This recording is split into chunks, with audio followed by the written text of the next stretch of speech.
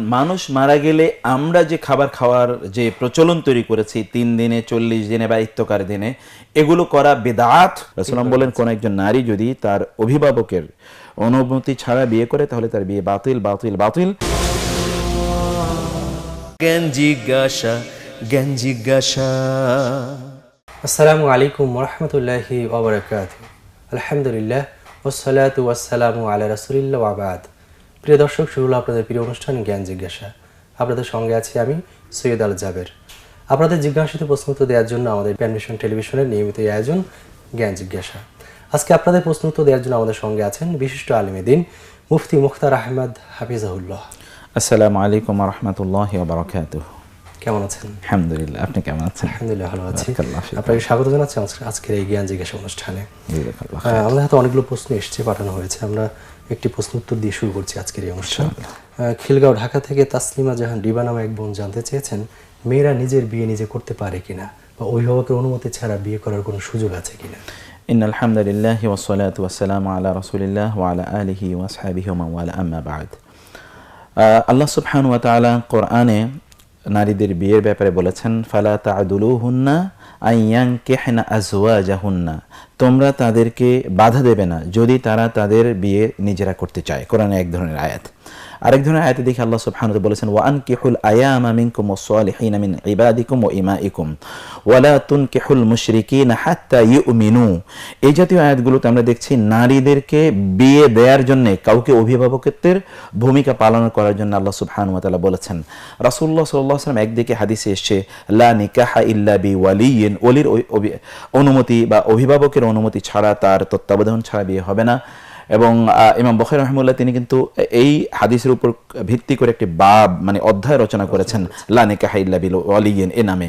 এবং আরেকটি সহিহ হাদিসে সেটি ইমাম তিরমিজি রাহিমাহুল্লাহ বর্ণনা করেছেন। হাদিসটি আলবানী রাহিমাহুল্লাহ সহিহ বলেছেন যে রাসূল সাল্লাল্লাহু আলাইহি ওয়াসাল্লাম বলেছেন, আইয়ুমা ইমরাআতিন নাকাহাত বিগায়রি ইযনি ওয়ালিহা ফানিকাহুহা বাতিলুন ফানিকাহুহা বাতিলুন ফানিকাহুহা বাতিলুন সালাসান। রাসূল বলেন কোন একজন নারী যদি তার অভিভাবকের অনুমতি ছাড়া বিয়ে করে তাহলে তার বিয়ে বাতিল বাতিল বাতিল।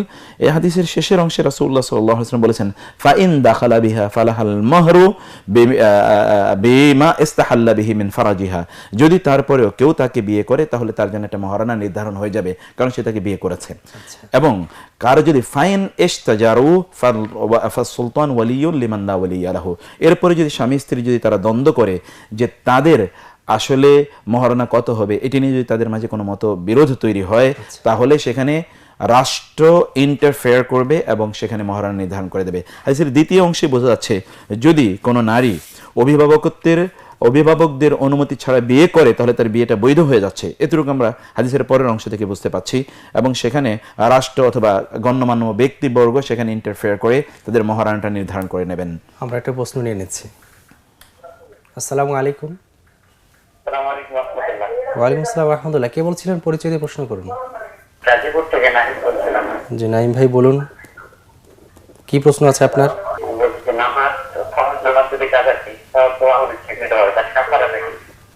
নামাজ কাজার কাফারা। জি, আপনি আমাদের সঙ্গে থাকুন, ইনশাআল্লাহ আমরা উত্তর আসবো। জি জি, আরেকটি পোস্ট কলার আছেন, আমি প্রশ্ন নিয়ে নিচ্ছি। আসসালামু আলাইকুম। ওয়ালাইকুম আসসালাম ওয়া রাহমাতুল্লাহ। কে বলছিলেন? পরিচয় দিয়ে প্রশ্ন করুন। জি ভাই। আরেকটা বিষয় হচ্ছে আমার আমি শুনতে একজন ইয়ের কাছ থেকে এই আয়াতটা নাকি পড়লে আল্লাহ রাব্বুল আলামিন বিপদ থেকে মানে মুসিবত থেকে আল্লাহ বাঁচিয়ে রাখেন। এই আয়াতটা কতটুকু সত্যি এটা জানা কিনা? আচ্ছা, আপনি আমাদের সঙ্গে থাকুন, ইনশাআল্লাহ আমরা উত্তরে আসবো। আমরা কথা বলছিলাম মেয়েদের। জি, তো সেই কথা যেটি বলছিলাম, তাহলে এখানে আমরা হাদিস এবং কোরআনের ভাষ্যের মধ্যে দেখি যে কিছু এই অনুমতির পক্ষেও আছে এবং অনুমতি নাই এই পক্ষেও আছে। কিন্তু সেখানে তাহলে ওলামায়ে কেরাম তারা কি ডিডাকশন করেছেন, তারা কি ইস্তেমবাত করেছেন? ওলামায়ে কেরামের এখানে ডিডাকশন হলো, তাও এই হাদিস এবং কোরআনের উপর ভিত্তি করে দু রকমের। কিন্তু এখন সমসাময়িক প্রেক্ষাপটের উপর ভিত্তি করে আমরা যে কথাটি বলতে চাই, প্রথমত হচ্ছে নারীরা, যেই মেয়েটির এখনো বিয়ে হয়নি, তিনি এই ক্ষেত্রে সাংসারিক জীবন এবং অন্যদের এই ক্ষেত্রে কি চাতুরী থাকতে পারে, এই সকল ব্যাপারে যেহেতু তার কোনো ধারণা নেই, ফলে কোনো দুষ্ট লোকেরা তাদেরকে প্রলোভনে ফেলে তাদেরকে হয়তোবা অপরাধে লিপ্ত করতে পারে, অথবা তাদেরকে বিয়ের প্রতি তাদেরকে উদ্বুদ্ধ করতে পারে। কিন্তু দেখা যাবে যে এই বিয়েটি আসলে তার জন্য কোনো অবস্থায় কল্যাণকর হবে না, কারণ তিনি তো এতটা এক্সপিরিয়েন্স না, তিনি ঘরের মধ্যে থাকা অথবা তার অঙ্গনে থাকার কারণে তিনি এত অভিজ্ঞতা অর্জন করতে পারেননি, কারোর সাথে তিনি শেয়ারও করতে পারেননি বিষয়টি। ফলে দেখা যাবে যে তিনি তার জীবনে পরবর্তীতে বহু ধরনের সমস্যার মুখোমুখি হবেন। আমরা কিন্তু আমাদের এই জীবনেও আমরা জানি যে বহু বিবাহ ভেঙে যাচ্ছে ইত্যকার, যেগুলো আমরা তথাকথিত অ্যাফেয়ার ম্যারেজের কথা বলছি আমরা। এই সকল অ্যাফেয়ার ম্যারেজগুলো অধিকাংশই প্রচণ্ড ভঙ্গুর, ভেঙে যাচ্ছে একটি মাত্র কারণ হচ্ছে ছেলে এবং মেয়েরা তারা একটা ইমোশনাল টাইমে তারা বিয়ে করছে। এই সময়টা তো খুব ইমোশনাল, তারা আসলে হার্ট দিয়ে চিন্তা করে, তারা ব্রেন দিয়ে চিন্তা করে না এই সময়টায়। ফলে তারা কোথাও প্রলোভনে পড়ে যেতে পারে, বাস্তবতার আলোকে সেখানে তারা সিদ্ধান্ত নিতে পারেনি। ফলে পিতামাতা এদের ম্যাচিউরিটির উপর ভিত্তি করে সিদ্ধান্ত তারা না নেয়ার কারণে তারা বিপদে পড়ে। এক নম্বর কথা বলছি। 2 নম্বর এখানে যেই সমস্যাটি সেটা হচ্ছে যখন সন্তানরা তাদের নিজেদের সিদ্ধান্ত নিজেরা নেয়, সেখানে তাদের অভিভাবিকা, বিশেষ করে আমরা পিতামাতার কথা বলছি, পিতার কথা বলছি, যেই পিতা তাকে এতদিন পর্যন্ত লালন পালন করলো, সেই পিতার সামান্যতম সন্তুষ্টি অথবা সম্মতি নিয়ে যখন তিনি কাজটি করেননি, তখন পিতামাতা অসন্তুষ্ট হন। পরবর্তী এদের জীবনে খুব সুখ শান্তি সমৃদ্ধি আসবে এটা ভাবা যায় না, কারণ পিতামাতা অসন্তুষ্ট অবস্থা থাকেন। কিন্তু একটা জায়গার কথা বলি, সে জায়গায় পিতামাতারও দেখার বিষয় আছে এবং এদেরও দেখার বিষয় আছে। যাদের কথা আমরা বলছি যে যাদের বিয়ের সিদ্ধান্ত তারা নিজেরা নেবেন, সে কথা আমরা বলছি যে যার কাছে বিয়ে দিচ্ছেন অথবা তিনি যাকে বিয়ে করছেন, সেই বিয়ের ব্যক্তি, সেই বরের কথা বলছি, সেই বর যদি আল্লাহওয়ালা বা দিনদার না হন, তাহলে এই ক্ষেত্রে পিতামাতা অথবা এই যে এই কনে বা কন্যার কথা বলছি, মেয়ের কথা বলছি, তাদের প্রত্যেকেরই কিন্তু সেখানে সিদ্ধান্ত নিয়ে নেয়ার ক্ষেত্রে তাদেরকে অত্যন্ত জুডিশিয়াস প্রজ্ঞার প্রদর্শন করতে হবে। কারণ অনেক সময় দেখা যায় যে আমরা অর্থবৃত্ত, সম্পদ অথবা ধরুন সম্মান, প্রভাব প্রতিপত্তি অথবা তার শিক্ষা ইত্যাদির দিকে আমরা তাকাই, কিন্তু তার দিনদারির দিকে তাকাই না। ফলে এই বিয়েগুলো কখনো স্থায়ী হয় না। রাসূল সাল্লাল্লাহু আলাইহি ওয়াসাল্লামের যুগে এরকম একটি ঘটনা ঘটলো যে কেউ একজন এসে বলে, ইয়া রাসূলুল্লাহ, কোন একটি মেয়ে, যে ইয়া রাসূলুল্লাহ, আমার বাবা তো আমার অমতে আমার অমকের কাছে আমাকে বিয়ে দিয়েছে, আমার চাচাতো ভাইয়ের কাছে, কিন্তু আমি তাকে পছন্দ করি না এবং তার পছন্দ করার মতো কোনো কিছু নেই। রাসূল বলেন, তুমি কি চাও তোমার বিয়েটি ভেঙে দিতে? তিনি বলেন, হ্যাঁ, আমি ভেঙে দিতে চাই। রাসূল বলেন, তাহলে যাও, তোমার বিয়ে তুমি ভেঙে দিতে পারো, কোনো সমস্যা নেই।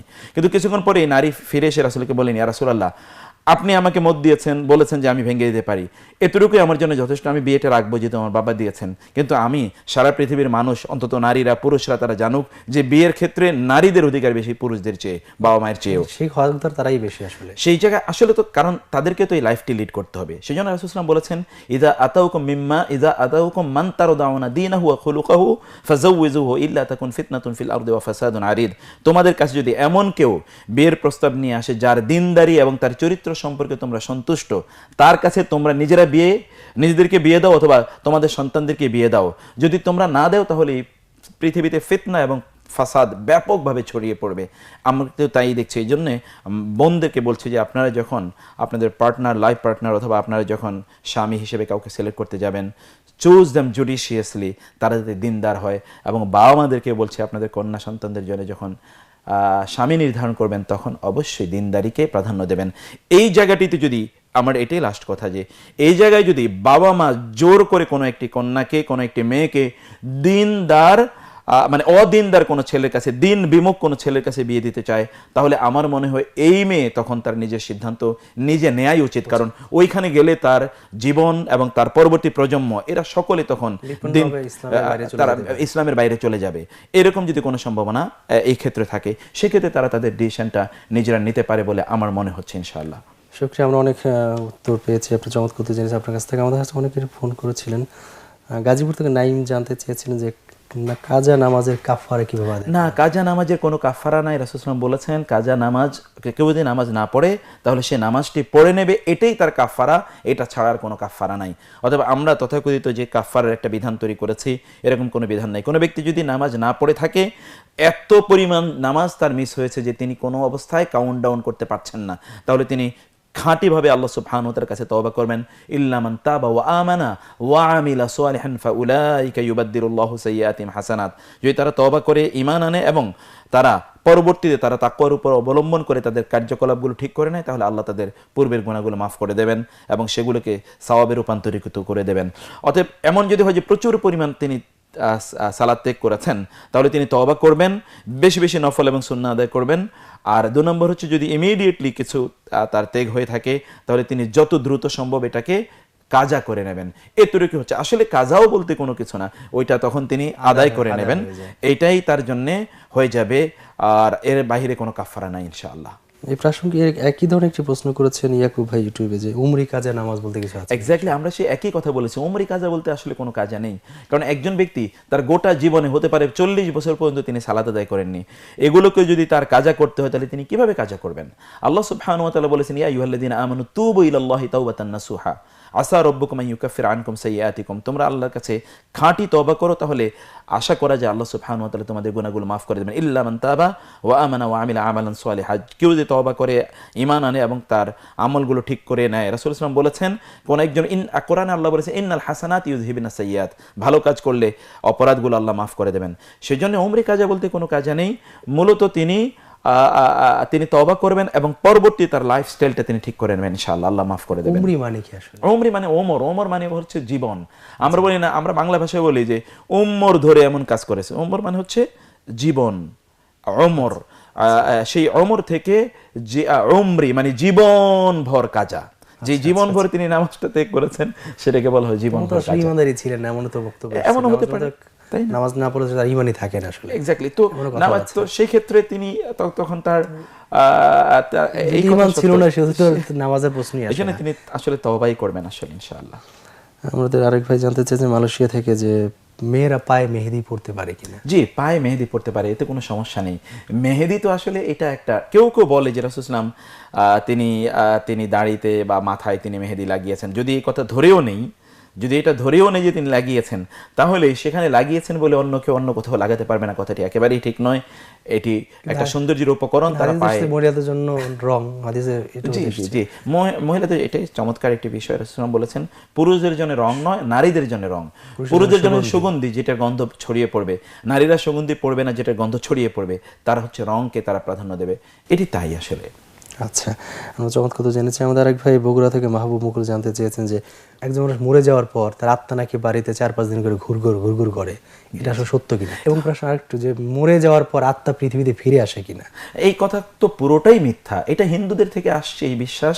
হিন্দুদের বিশ্বাস হলো আত্মাগুলো প্রেতাত্মায় পরিণত হয়, যেটাকে হিন্দুরা বলে রিবার্থ, অথবা তারা হচ্ছে সাইক্লিক্যাল রিবার্থ, অর্থাৎ জন্মান্তরবাদ, যেটা পুনঃ জন্ম হয়, পুনর্জন্ম এবং পুনর্জন্ম হতে হতে হতে হতে হতে হতে তারা একটা সময় গিয়ে তারা স্বর্গে যায় অথবা নরকে যায়।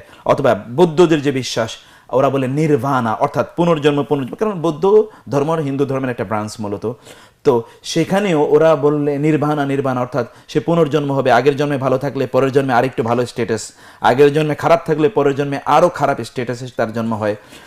হতে পারে যে সাপ বিচ্ছু অথবা এরকম আকৃতি আসতে পারে, তাই না, হয়ে তার জন্ম হয়, অন্য কিছু হয়ে আসবে, অন্য কিছু হয়ে সে হতে পারে তার জন্ম হচ্ছে।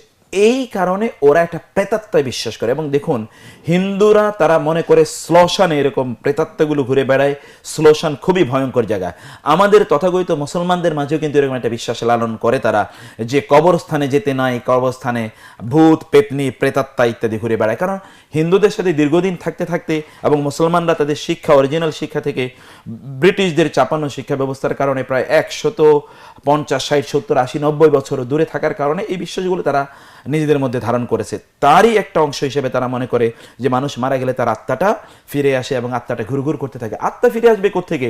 মানুষ মারা যাওয়ার পর যখন তারা তাকে কবরস্থ করেছে, তারা সেখান থেকে চলে আসার পরেই তো আত্মা তার শরীরে ফেরত দেওয়া হয় এবং ফেরেশতারা আসে তাকে তখন প্রশ্ন করা শুরু করে দেয় এবং তারপরে তার কবরের আযাব অথবা কবরের শাস্তি অথবা শান্তি তার জন্য শুরু হয়ে যায়। অতএব ওইখানে তো তার আত্মা তো থাকলে কবরে থাকবে, অন্য জায়গায় তো আসলে কোনো সুযোগই নেই। অতএব এই বক্তব্যগুলো এগুলো হিন্দুদের কাছ থেকে প্রাপ্ত, মুসলমানদের আকীদা বিশ্বাসের পরিপন্থী। আরেকটি বলা হয় যে যেমন সবে বরাত, সবে কদর, এই সময় নাকি আত্মা ফিরে আসে, সেটাও আসলে অবান্তর। ইন্না লিল্লাহি ওয়া ইন্না ইলাইহি রাজিউন। কোনো ভিত্তি নেই, একেবারেই নেই। আমরা চমৎকার তো জেনেছি আপনার কাছ থেকে।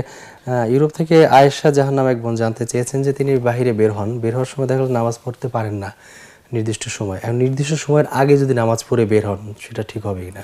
দেখুন, আমাদেরকে আল্লাহ সুবহানাহু বলেছেন ইন্নাস সালাতা কানাত আলাল মুমিনিনা কিতাবাম মাওকুতা, মুমিনদের জন্য একটা নির্ধারিত সময়ে সালাত আদায়। এর আগে পড়লে ওটা তো সালাত হবে না, এর পরে পড়লে ওটা আর সালাত হচ্ছে না। ওই নির্ধারিত সময় তাকে টাইম ফ্রেমের মধ্যে তাকে সালাত আদায় করতে হবে। এখন আমাদের বোনদেরকে, সকল বোনদেরকে বলছি, সাথে সাথে ভাইদেরকেও, যে আমাদের প্রত্যেক প্ল্যান প্রোগ্রাম এবং আমাদের যে সকল আনুষ্ঠানিকতা আছে সব কিছু কিন্তু নামাজকে কেন্দ্র করে হওয়া উচিত হবে।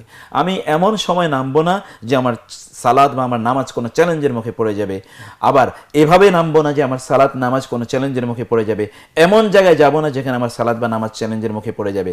অতএব এই জন্য আমি কোথাও বেড়াতে যাব, কোনো বিয়ে শাদী অথবা অনুষ্ঠানে অংশগ্রহণ করার জন্য যাবো, এই জন্য আগে আমি সালাত আদায় করব অথবা পরে এসে সালাত আদায় করব, এটা তো হতেই পারে না।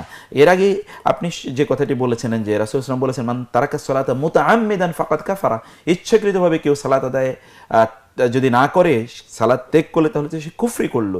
কেউ কেউ বলেছেন সে কাফের হয়ে গেল, কারণ রাসূল সাল্লাল্লাহু আলাইহি ওয়াসাল্লাম বলেছেন আল আহদুল্লাযী বাইনানা ওয়া বাইনাহুম তারকুস সালাত, আমাদের মাঝে এবং কাফেরদের মাঝে পার্থক্যটাই হচ্ছে আসলে সালাত। অতএব রাসূলুল্লাহ সাল্লাল্লাহু আলাইহি ওয়াসাল্লাম সাহাবায়ে কেরামরা তারা বলেছেন আমরা আমাদের সময়ে কেউ সালাত ত্যাগ করবে, জামাতে অংশগ্রহণ করবে না, এটা আমরা ভাবতেই পারি না। আমাদের সময় কেউ সালাত ত্যাগ করাটাকে আমরা কুফরি মনে করতাম। তো তিনি কিভাবে এমন প্রোগ্রাম করবেন যে নামাজ তার চ্যালেঞ্জের মুখে পড়ে যাবে? এটা হতে পারে না। আমরা এই প্রসঙ্গ জানতে চাচ্ছি যে আমাদের সাথে যখন আজানটা দেয়া হয় সেটা তো ওয়াক্তের অনেক পরে দেয়। এক্স্যাক্টলি ওয়াক্তের, তার মানে কি আজানের সঙ্গে ওয়াক্তের সম্পর্ক না, আজানের আরো আগে শুরু হয়। এক্স্যাক্টলি, এটা আমাদের অনেকেই জানেন না, এটা যদি একটু ক্লিয়ার করেন। এক্স্যাক্টলি, এখানে আজানের সাথে আসলে জামাতের সম্পর্ক, আজানের সাথে ওয়াক্তের সম্পর্ক না। ওয়াক্ত হলেই তিনি সালাত আদায় করতে পারবেন, তার জন্য আজানের কোনো অপেক্ষা করার প্রয়োজন নেই। নারীদের কথা বলছি বিশেষ করে, আর পুরুষরা তো অবশ্যই জামাতে তারা অংশগ্রহণ করবে, ফলে সেখানে আজানের প্রশ্ন আছে, কারণ আজানটা আসলে জামাতের জন্য আহ্বান, যে আমরা জামাত অনুষ্ঠিত করবো, এই জন্য তার আহ্বান। সেজন্য সালাতের সময় যখন হয়ে যায় তখনই তারা সালাত আদায় করবে। বিশেষ করে মায়েদের কথা বলছি, মায়েরা তো আসলে প্রবলেম হলো যে তারা পারিবারিক সাংসারিক কাজে ব্যস্ত থেকে তারা সালাতকে এত তারা এটাকে ডিলে করতে থাকেন, এত তারা বিলম্বিত করতে থাকেন। কখনো কখনো দেখা যায় যে অন্য সালাতের সময় হয়ে যাওয়ার ঠিক আগ মুহূর্তে তারা সালাত আদায় করেন। এই জন্য রাসূলুল্লাহ সাল্লাল্লাহু আলাইহি ওয়াসাল্লাম বলেছেন আয়াতুল মুনাফিকি, যে মুনাফিকের আলামতগুলো কি? তিনি বলেছেন তিলকা আয়াতুল মুনাফিক, ওটা হচ্ছে মুনাফিকের আলামত, ওটা মুনাফিকের আলামত, ওটা মুনাফিকের আলামত। কোনটি? সেটা হচ্ছে যে তারাক্কাবা, সে আসলে নামাজের জন্য অপেক্ষা করে যখন সে দেখলো যে সূর্য এখনই অস্তমিত যাবে, তখনই সে কি করে দাঁড়ায় এবং 4টা ঠোকর মারে, যেমনি ভাবে ওই যে আপনার মোরগ বা মুরগি যখন ঠোকর মারে খাবার খাওয়ার জন্য, এরকম সে ঠোকর মারে, অর্থাৎ সে কয়েকটা সিজদা শুধুমাত্র দেয়। আসলে সে সাথে ওয়ালা ইয়াযকুরুল্লাহ ফীহি ইল্লা কালিলা, এর মধ্যে সে আসলে আল্লাহকে খুব কমই স্মরণ করে। এটা মুনাফিকের নামাজ। এইরকম যাতে না হয়, নামাজ যখনই সময় হবে তখনই আমরা সময় মতো যাতে সালাত আদায় করি। বিশেষ করে মায়েদের কথা বলছি, আর পুরুষরা তো তারা মসজিদে গিয়ে সালাত আদায় করবেন ইনশাআল্লাহ। আমাদের আরেকটি প্রশ্ন এসেছে যে নামাজের মধ্যে যদি মোবাইল বেজে ওঠে, এক হাত দিয়ে সেটাকে বন্ধ করবে বা কি করণীয়? জি, সেটা বন্ধ করে নেবেন, কারণ ব্যক্তি একা তিনি হয়তো বা বন্ধ করতে গেলে তার একা নামাজের ক্ষেত্রে কিছুটা ত্রুটি সংগঠিত হতে পারে, কিন্তু সেখানে সবার তো নষ্ট তিনি করতে পারেন না। সেই জন্য আমার একটা জায়গা, এই যে আমাদের লোকেরা বলে যে তাদের আসলে নামাজে মনোযোগ থাকে না, মনোযোগ না থাকার তো অনেকগুলো কারণ আছে। আপনি দেখুন তো, বাংলাদেশে প্রেসিডেন্ট বা প্রাইম মিনিস্টারের কোনো অনুষ্ঠানে কেউ কি মোবাইল নিয়ে ঢুকতে পারবে? মোবাইল নিয়েই তো ঢোকা তার জন্য নিষিদ্ধ। ওইখানে তাকে গেটে রেখে যেতে হবে অথবা তাকে বাসায় মোবাইল রেখে আসতে হবে। আবার কেউ যদি মোবাইল নিয়ে ঢোকার পারমিশনও থাকে তাহলে ওটাকে তাকে সাইলেন্ট করে অথবা ওটা তাকে বন্ধ করে ঢুকতে হয়। আল্লাহ সুবহানাহু ওয়া তাআলার মর্যাদা কি প্রেসিডেন্ট প্রাইম মিনিস্টারের চেয়ে কম? আল্লাহর সাথে সাক্ষাতে তিনি যাচ্ছেন, মসজিদে ঢুকছেন, তার মোবাইল সাইলেন্ট করা তিনি রাখেন না। এটা তো কোনো অবস্থায় হতে পারে না। তিনি মোবাইল সাইলেন্ট করুন, তিনি মোবাইল বন্ধ করে যাবেন। আমরা একটু সচেতন হলে হয়ে যায়। এতটুকু সচেতন আমাদের আল্লাহ সুবহানাহু ওয়া তাআলার সামনে যাওয়ার আগে এতটুকু মানসিক প্রস্তুতি আমাদের থাকা দরকার। তাইলেই কিন্তু সালাতে খুশু এবং খুদু আমাদের তৈরি হবে, আন্তরিকতা তৈরি হবে, একনিষ্ঠতা তৈরি হবে। এটি আমাদের প্রত্যেকের দরকার। অনেকে আবার এই কাজও করেন, সালাতের মধ্যে, নামাজের মধ্যে তিনি তার স্ক্রিনটা অর্থাৎ মোবাইলের স্ক্রিন যেই পাশে, ওই পাশটা তিনি উপরের দিকে রেখে তিনি সালাত আদায় করেন, কারণ তার একটু দেখতে মনে চায় মধ্যখানে কেউ আবার ফোন করলো কিনা। এই ফিলিংটাও তিনি নামাজের মধ্যে রাখতে চান। নামাজ বাতিল হয়ে যাবে না এই লোকটার, যেটাকে যেটাকে আমরা আমলে কাসির বলি, এটা একটা আমলে কাসিরের মতো একটা জিনিস তার হয়ে যাচ্ছে, যে তিনি দেখছেন কেউ তাকে ফোন করছে, তিনি উপলব্ধি করছেন, নামাজের অনুভূতি নাই। আবার অনেকে এরকম করে জাস্ট একটু সাইলেন্ট করে রাখেন, তাহলে ওইখানে একটু বিপ বিপ কিছুক্ষণ পরে নোটিফিকেশন আসবে ফেসবুকের, টুইটারের, ইউটিউবের ইত্যাদি যোগাযোগের মাধ্যমে তাকে মেইল করেছে, এগুলো একটু আসবে, ওই দিকেও তার একটু নজর লাগে, নামাজও পড়বে, কোনোটাই তিনি মিস করতে চাচ্ছেন না। এই যে মনোযোগ তার থাকে না। অনেকে আবার যেটা করেন, নামাজের মধ্যে তিনি হয়তো সালাম ফেরাচ্ছেন, সালাম ফেরানোর পরে তিনি মোবাইলটা হাতে নিয়ে তারপরে এটা দেখতে থাকেন এখানে কি এসেছে। এগুলো সব থেকে মুক্তি পাওয়া সম্ভব যদি তিনি মোবাইলটাকে অফ করে তিনি মসজিদে ঢোকেন। আমরা কি 15 মিনিটস আল্লাহকে দিতে পারি না?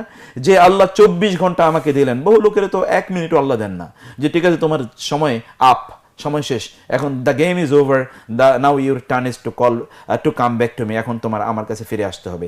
আল্লাহ যে আমাকে 24 ঘন্টা অনুগ্রহ করে দিলেন, 15 মিনিটকে আমরা তাকে একনিষ্ঠভাবে দিতে পারি না? আমরা সেই সচেতন হলে এটা হয়ে যায়। সেটাকে আমরা অনেকক্ষণ প্রশ্ন উত্তর শুনছিলাম, আমাদের সময় একটা বেড়ে যাওয়ার, আমরা বের করে আবার ফিরে আসবো। দর্শক দেখছিলেন আপনাদের প্রিয় অনুষ্ঠান জ্ঞান জিজ্ঞাসা, সময় একটা বিরতি নেওয়ার, বিরতির পর আমরা আবার ফিরে আসবো, ততক্ষণ আমাদের সঙ্গে থাকুন। জ্ঞান জিজ্ঞাসা, জ্ঞান জিজ্ঞাসা। আসসালামু আলাইকুম রহমতুল্লাহ। দর্শক, বিরতির পর আমরা আবার ফিরে এলাম আপনাদের প্রিয় অনুষ্ঠান জ্ঞান জিজ্ঞাসায়। আপনাদের জিজ্ঞাসিত প্রশ্নের উত্তর দিচ্ছেন বিশিষ্ট আলেম মুফতি মুখতার আহমদ হাফিজাহুল্লাহ। আমরা আবার ফিরে এসেছি, আমাদের হাতে অনেকগুলি প্রশ্ন এসেছে, প্রশ্নগুলো দিয়ে আরেকটা কল এসেছে, কলটা নিয়ে নিচ্ছি আমরা। আসসালামু আলাইকুম। ওয়ালাইকুম আসসালাম, কে বলছিলেন? পরিচয় দিয়ে প্রশ্ন করুন। আমি মোহাম্মদ শাহানুজ্জামান বলছিলাম, নওগাঁ থেকে। নওগাঁ থেকে, জি ভাই বলুন। জি, আমার প্রশ্ন হচ্ছে দুইটা। সেটা হচ্ছে যে মহিলারা কি পাকা চুলে কি আপনার মেহেদি কালার করতে পারবে কিনা, আর কোন ব্যক্তি যদি বলে তর্কে জেতার জন্য যে আমি হাদিস মানি না, তাহলে তার পিছনে কি সালাত আদায় করা যাবে? আচ্ছা, আপনি আমাদের সঙ্গে থাকুন, আমরা ইনশাআল্লাহ প্রশ্ন উত্তরে আসবো। হ্যাঁ, আমাদের অনেকগুলো প্রশ্ন এসেছে, আমরা একটা উত্তরে যাচ্ছি। শায়লা খিলগাঁও থেকেও জানতে চেয়েছেন, এবং একই প্রশ্ন সালমা আক্তার করেছেন যে বিতির নামাজের যে দোয়া কুনুত আমরা যেটি পড়ি, আরও নাকি দোয়া পড়া যায়, এটা সত্য কিনা এবং বাংলায় পড়তে পারবো কিনা? জি, বিতর নামাজে আমরা যে দোয়াটি পড়ি আল্লাহুম্মা ইন্না নাস্তাঈনুকা, এর বাইরে আল্লাহুম্মা হদিনি ফিমান হাদাইত ওয়া আফিনি ফিমান আফাইত ওয়া তাওয়াল্লানি ফিমান তাওয়াল্লাইত, এই নামে আরেকটি দোয়া আছে, এটিও সহিহ হাদিস দ্বারা প্রমাণিত।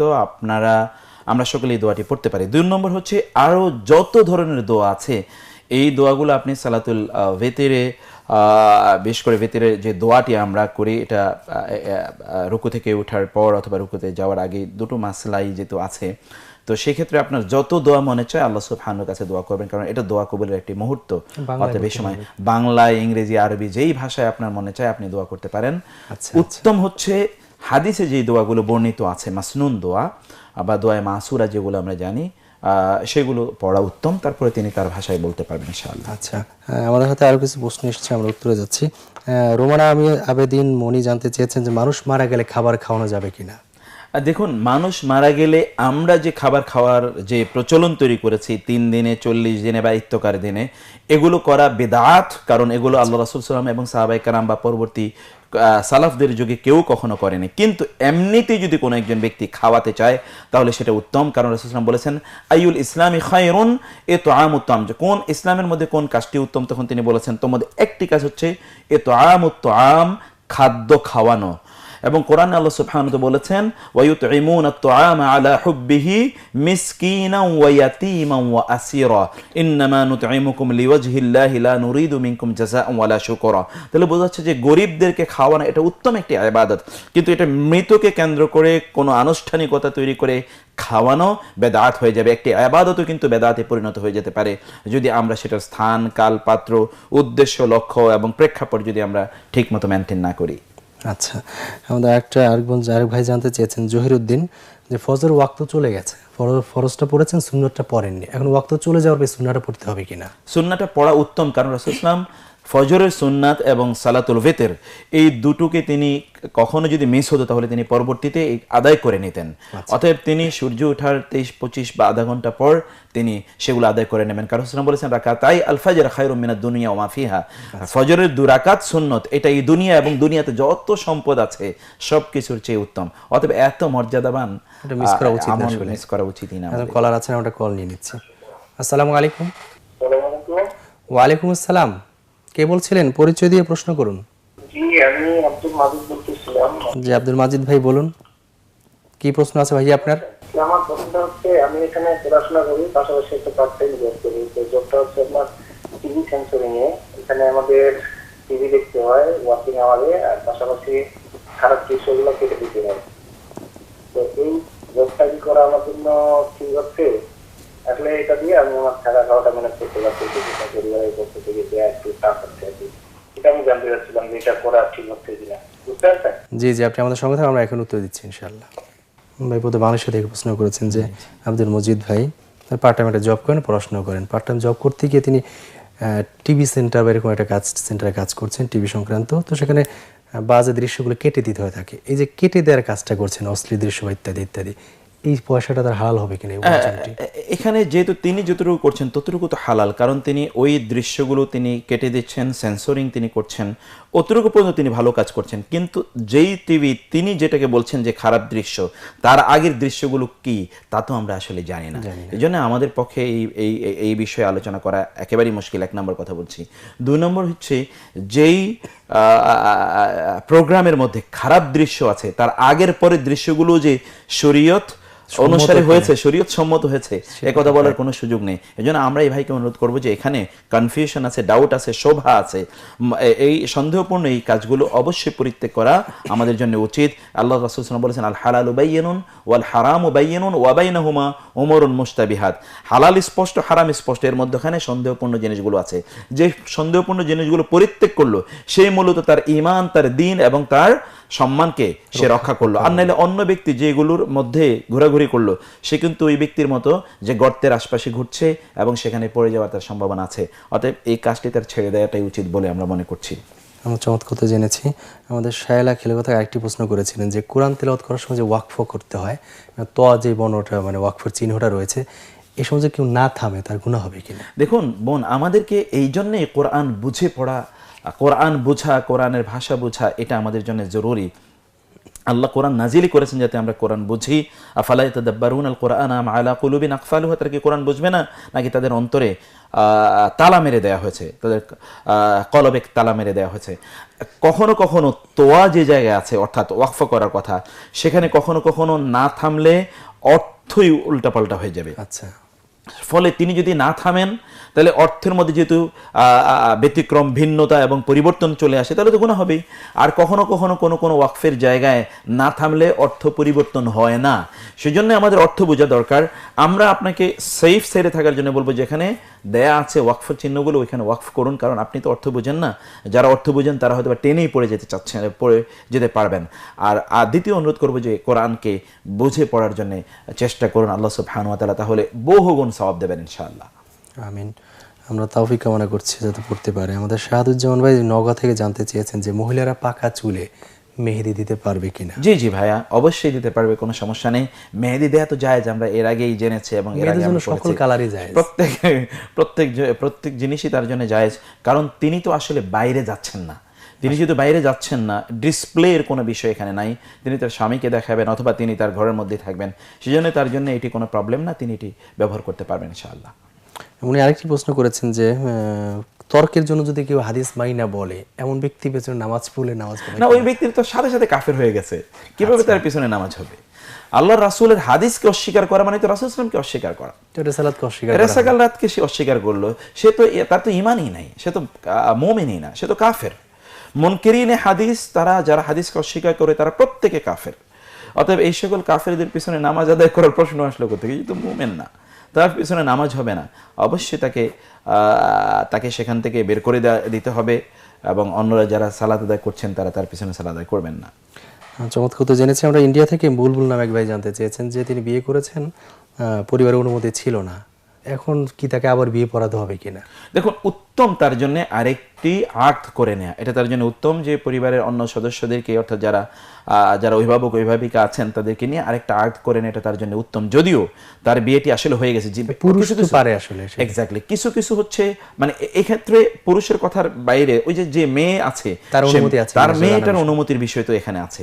তো সেজন্য আমরা যেহেতু ওই পক্ষটা আমরা জানি না, এই জন্য আমরা বলে রাখলাম যে তার জন্য এটা সেফ যে এইভাবে তিনি করেন। আর যদি তার ওই পক্ষের যদি অনুমতি থাকে তাহলে তো তিনি ছেলে হিসেবে তার জন্য এই বৈধতা আছে তিনি এই বিয়ে করতেই পারেন। আর তৃতীয়ত বিষয়টি আমরা বলে রাখি যে কিছু কিছু বিয়ে আছে, বিয়েটা বাতিল নয় কিন্তু বিয়েটা ফাসেদ। ফাসেদ হলো ওই বিয়েটা বৈধ। এই জাতীয় বিয়েগুলো কিন্তু ফাসেদ বিয়ে। বিয়েগুলো বৈধ, কারণ বিয়ে পরবর্তীতে এদের সাংসারিক জীবন কিন্তু বৈধ, এটা অবৈধ জীবন, এটা জেনার জীবন নয় বটে। কিন্তু এখানে কিছু ফাসেদ উপকরণ ঢুকে যাওয়ার কারণে সেগুলোতে ত্রুটিপূর্ণ বিয়েগুলো, সেগুলো সংস্কারের এই উপায়ের কথা আমরা বুঝতে পেরেছি যে এই উপায়টাতে অবলম্বন করবেন ইনশাআল্লাহ। আচ্ছা, আমাদের আবুল কালাম ভাই জানতে চেয়েছেন যে বাবা মা অসময়মত বিয়ে দিচ্ছে না, এখন তার কি করণীয়? তার করণীয় হচ্ছে, তিনি এর আগে আমরা যে কথা এর আগেও আমরা বলার চেষ্টা করেছি, যদি বাবা মা বিয়ে দিতে না চান তাহলে বাবা মা গুনাহগার হবেন। শুধু তাই না, এই সন্তানগুলো যদি বাবা মায়ের কারণে কোনো অপরাধে লিপ্ত হন তাহলে তার শেয়ার কিন্তু তাদেরকে নিতে হবে, কারণ তারা কোনো পথ তৈরি করে দেননি। এই জন্য কোরআন এবং সুন্নাহর বক্তব্য হচ্ছে যে তারা যখন বয়সে উপনীত হবে তখন তাদেরকে বিয়ে দেয়া। রাসূল সাল্লাল্লাহু আলাইহি ওয়াসাল্লাম বলেছেন, তিনটি জিনিসকে দেরি করবে না তোমরা। কেউ কেউ বলছেন এটা আলী রাদিয়াল্লাহু আনহুর বক্তব্য, যে এর মধ্যে তোমাদের সন্তানরা যদি বিয়ের বয়সে উপনীত হয় তখন তারা এই বিয়ে দিতে তোমরা দেরি করবে না। আবার অন্য হাদিসে, সহিহ হাদিসে তো এসছে যে কেউ যদি তোমাদের সন্তানদেরকে বিয়ে করার ব্যাপারে আসে, যদি দিনদারির ব্যাপারে তোমরা সন্তুষ্ট, তাহলে তাদের কাছে বিয়ে দাও, নাহলে ফাসাদ ছড়িয়ে পড়বে। ফলে বাবা মায়ের উচিত যে সন্তানদের পরিণত বয়সে উপনীত হলে তাদেরকে বিয়ে দেয়া। আমরা তথাকথিত ওয়েস্টার্ন একটা ফিলোসফি বা একটা দর্শন আমরা লালন করছি, তথাকথিত প্রতিষ্ঠিত।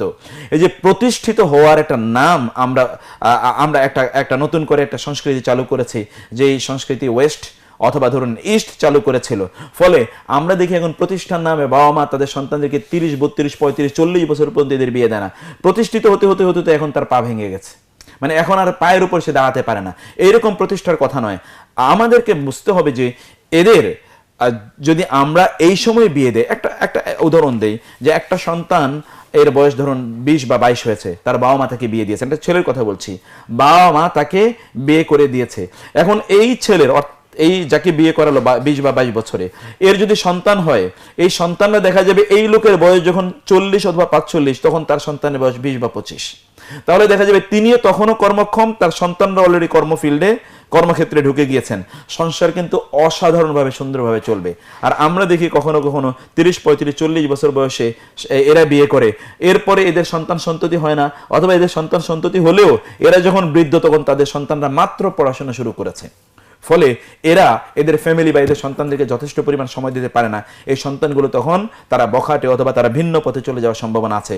যখন আমি কর্মক্ষম তখন আমার সন্তানদেরকে যেভাবে টেক কেয়ার করতে পারবো, আমি যখন কর্মক্ষম না, ওরা আমার কথা শুনবে না, তখন তো এরা আমার কন্ট্রোলে থাকবে না।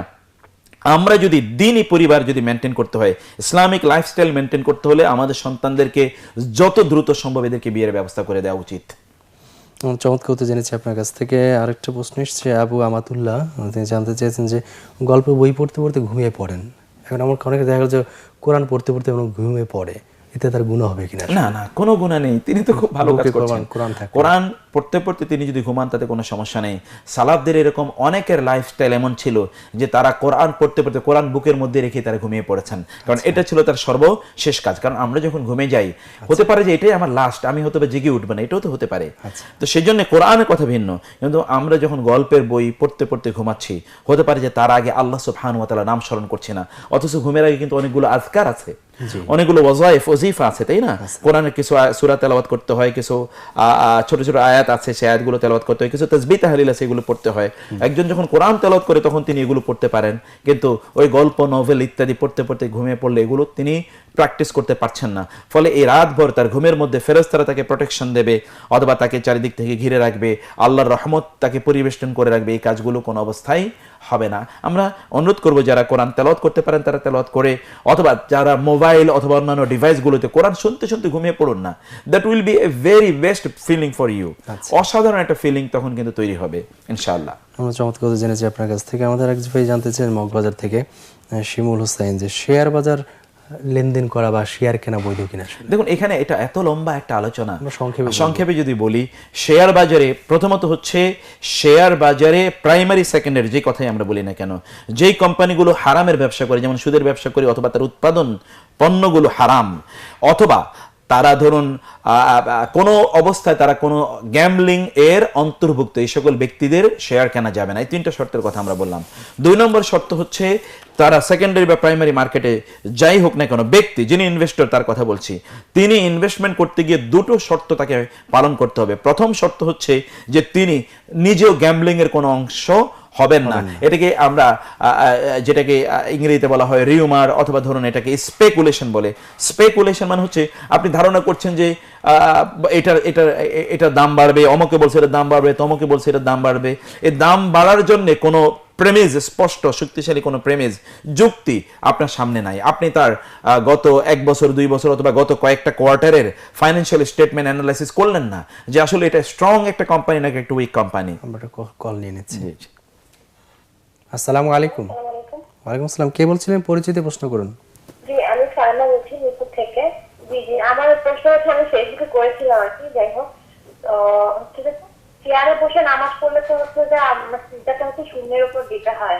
তো মেঝেতে যদি বসে পড়ি সেই ক্ষেত্রে কি সিজদাটা কি হচ্ছে কি 7টি অঙ্গের উপর দেওয়া যাবে নাকি না সেখানেও শূন্যের উপরে মানে দিতে হবে আর কি? এটা একটা প্রশ্ন। আর একটা প্রশ্ন হচ্ছে মেয়েরা কি বাসায় কি সুগন্ধি ব্যবহার করতে পারবে কিনা, ধরেন এরপরে হচ্ছে 1 ঘন্টা পরে যদি বাইরে বের হয় সেক্ষেত্রে মানে ড্রেসটা কি চেঞ্জ করবে নাকি না, তাও তখন পর্যন্ত পারফিউমের ইয়েটা থাকে না, আচ্ছা কি করা লাগবে? আচ্ছা, ঠিক আছে, আপনি আমাদের সঙ্গে থাকুন, ইনশাআল্লাহ আমরা উত্তর দেব। আমরা শেয়ার নিয়ে কথা বলছি। তো 2 নম্বর এখানে বলেছিলাম যে যিনি ইনভেস্টর তার দুটো শর্ত। প্রথমত শর্ত হচ্ছে যে তিনি কোনো অবস্থায় গ্যাম্বলিং এর শিকার হবেন না, কোনো স্পেকুলেশন এগুলো নয়, বরং তিনি সলিড ফাউন্ডেশন অ্যান্ড প্রেমিজের উপর ভিত্তি করে তিনি তার ইনভেস্টমেন্টটা করবেন। এর আগে তো বললাম হালাল কোম্পানির শেয়ার কেনা যাবে না। আর এখানে 2 নম্বর যে শর্তটি তা হচ্ছে হারাম কোম্পানির শেয়ার কেনা যাবে না, হালালেরই শেয়ার কিনতে হবে।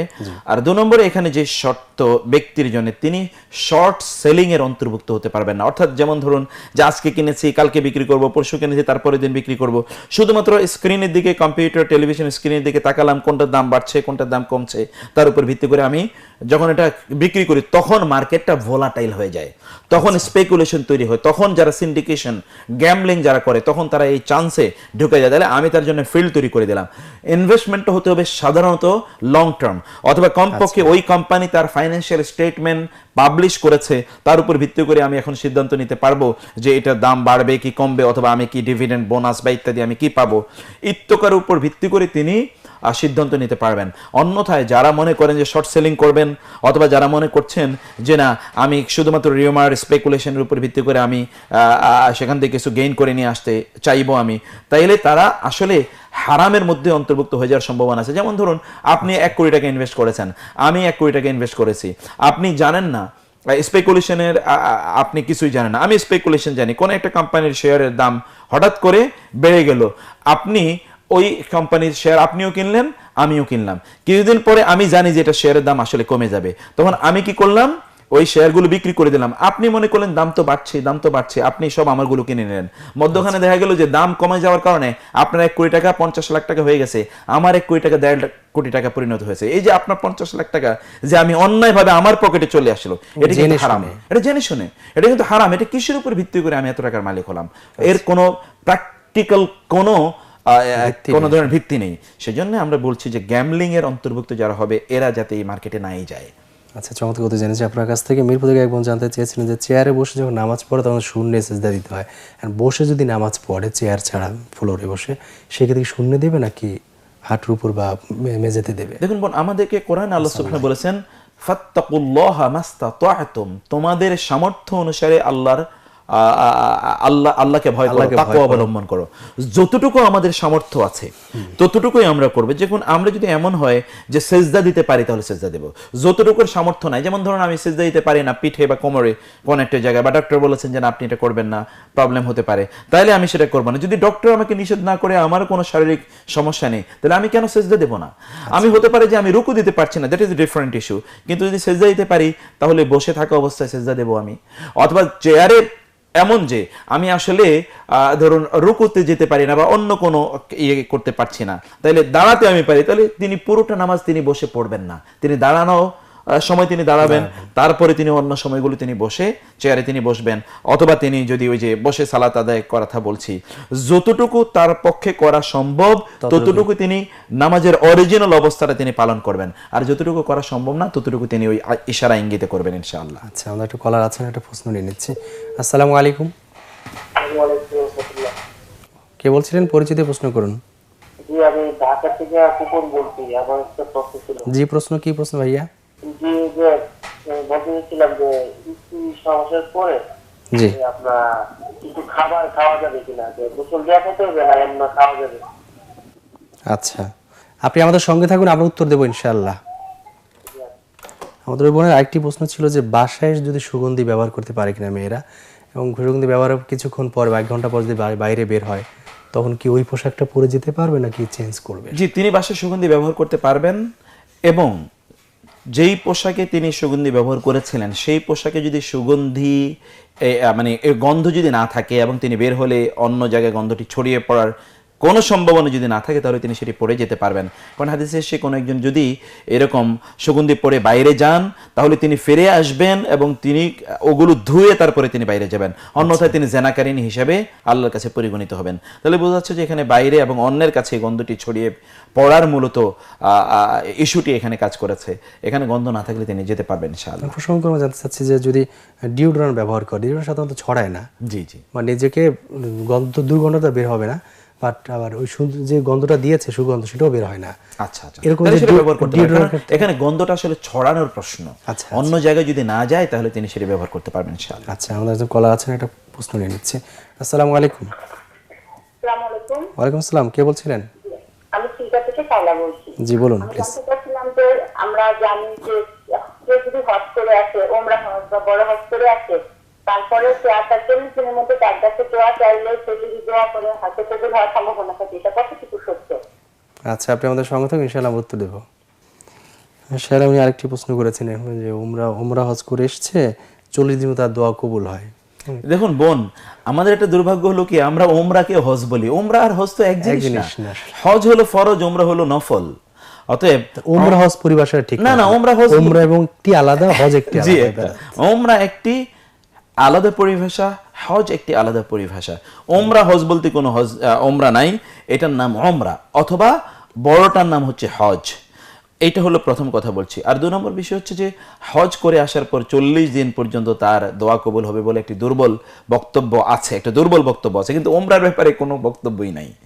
অতএব এটা ওমরার সাথে এটাকে আমরা না মিলাই, এটা হজের ব্যাপারে এই বক্তব্যটি আছে, তাও দুর্বল, তাও একটি দুর্বল বক্তব্য। তো সেই জন্যে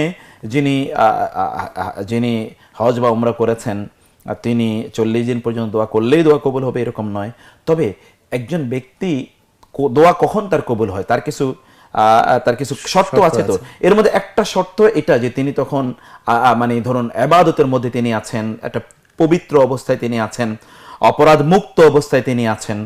এইরকম একজন হাজি যেহেতু হজ করে আসার কারণে তার সব মাসুম হয়ে যায়, যদি তার হজটা কবুল হয় তাহলে তিনি যা দোয়া করবেন এটা তো কবুল হবেই।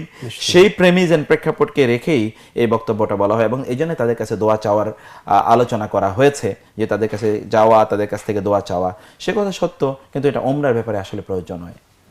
চমৎকার জেনেছি আমরা। আরেক ভাই জানতেছেন ঢাকা থেকে যে স্ত্রীর সঙ্গে শারীরিক সম্পর্কের পর গোসল না করে খাবার খেতে পারবে, খাওয়া যাবে। রাসূল সাল্লাল্লাহু আলাইহি ওয়াসাল্লাম তাই করেছেন। এমনও হয়েছে যে রমজান মাসে তিনি তারপরে সাহরি তো তিনি খেয়েছেন, ফজরের আগে তিনি গোসল করেছেন, এরপরে তিনি গিয়ে ফজরের সালাত আদায় করেছেন, কোনো সমস্যা নেই ইনশাআল্লাহ। আচ্ছা, আমরা চমৎকার জেনেছি। আয়াতুল্লাহ নামে এক ভাই জানতে চেয়েছেন যে 4 রাকাত বিশ্ব নামাজে 3 রাকাত পাননি, 1 রাকাত পেয়েছেন, বাকি 3 রাকাতগুলোতে যে সূরা মিলানো লাগবে কিনা ফাতিহার পর? হ্যাঁ, তিনি যেই রাকাতটি তিনি পেয়েছেন সেই রাকাতে তো আসলে সূরা মিলাতে হয় না, যে রাকাত তিনি পেয়েছেন।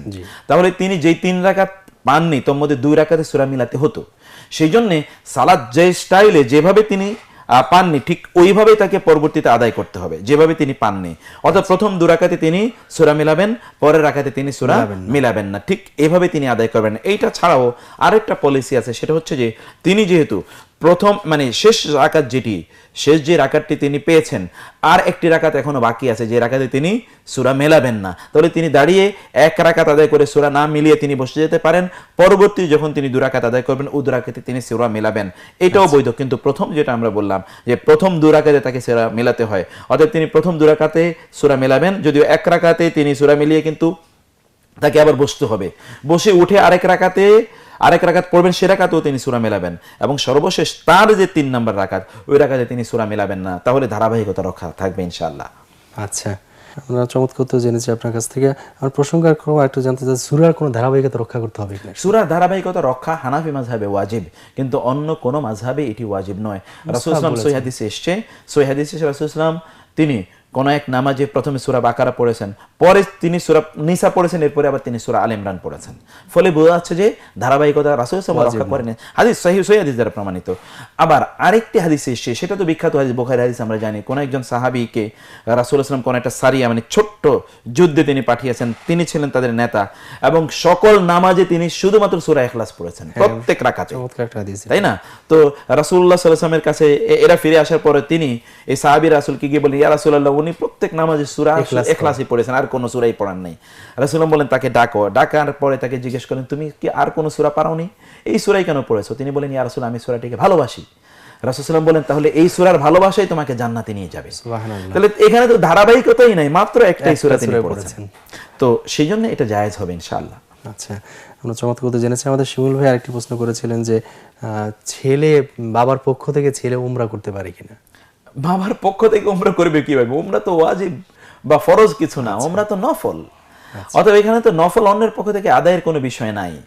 আমাদের তার যদি হজ ফরজ হয়ে থাকে, তিনি মারা গিয়ে থাকেন অথচ তার জীবদ্দশায় হজ ফরজ ছিল, অথবা তার উপর হজ ফরজ কিন্তু এখন তিনি অসুস্থ, শারীরিকভাবে তিনি যেতে পারছেন না, তাহলে তার পক্ষ থেকে তিনি বদলি হজ করবেন। তাও শর্ত সাপেক্ষে, যিনি বদলি হজ করবেন তাকে আগে হজ করে নিতে হবে। এরকম অনেক বিষয় সেখানে আছে। ওমরা তো এটা নফল জিনিস। তাহলে আমরা যে দুর্ভাগ্য এটা আমাদের, যে আমরা গিয়ে ওই হজ করতে গিয়ে 10টা 15টা ওমরা অমকের নামে করি, তমকের নামে, এটা আসলে নয়। আমাদেরকে যেটা করা দরকার, যে আমরা যখন হজে গিয়েছি ওইখানে অনেকগুলো জায়গা আছে যেখানে দোয়া কবুলের জায়গা, সেই জায়গাগুলোতে আমরা তাদের জন্য দোয়া করব, এদের জন্য দোয়া করবে যাতে আল্লাহ তাদেরকে ক্ষমা করে দেন। আমরা ইবাদত করলাম ওনাদের জন্য, আমরা এগুলোকে ওনাদের নামে করলাম, তাহলে ওনাদের নামাজটা যদি আমরা পড়ে নেই তাহলে কি হবে? অথবা ওনাদের খাবারটা আমরা খেয়ে নিই, যে ঠিক আছে আপনার খাওয়া লাগবে না, আমরাই খেয়ে নিই, এটা তো হয় না। যার যার হুজ এটা তার ইবাদত তিনি করবেন। আমাদের দায়িত্ব হচ্ছে শুধু তাদের জন্য দোয়া করা। ওয়াল্লাযীনা জাউ মিন বা'দিহিম ইয়াকুলুনা রাব্বানা ইগফির লানা ওয়া লিইখওয়ানিনা আল্লাযীনা সাবাকুনা বিল ঈমান। পরে যারা এসেছে তারা পূর্ববর্তীদের জন্য শুধু দোয়া করবে, আল্লাহ তাদেরকে আপনি ক্ষমা করে দিন যারা ঈমান নিয়ে মারা গিয়েছে।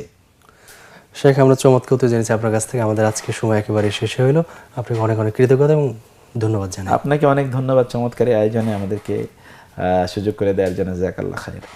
দর্শক, দেখছিলেন আপনাদের প্রিয় অনুষ্ঠান জ্ঞান জিজ্ঞাসা। আমাদের আজকের সময় একেবারে শেষ হলো। আগামী পর্ব দেখবার আমন্ত্রণ জানিয়ে আজকের মতো বিদায় নিচ্ছি। আসসালামু আলাইকুম ওয়া রাহমাতুল্লাহি ওয়া বারাকাতুহু।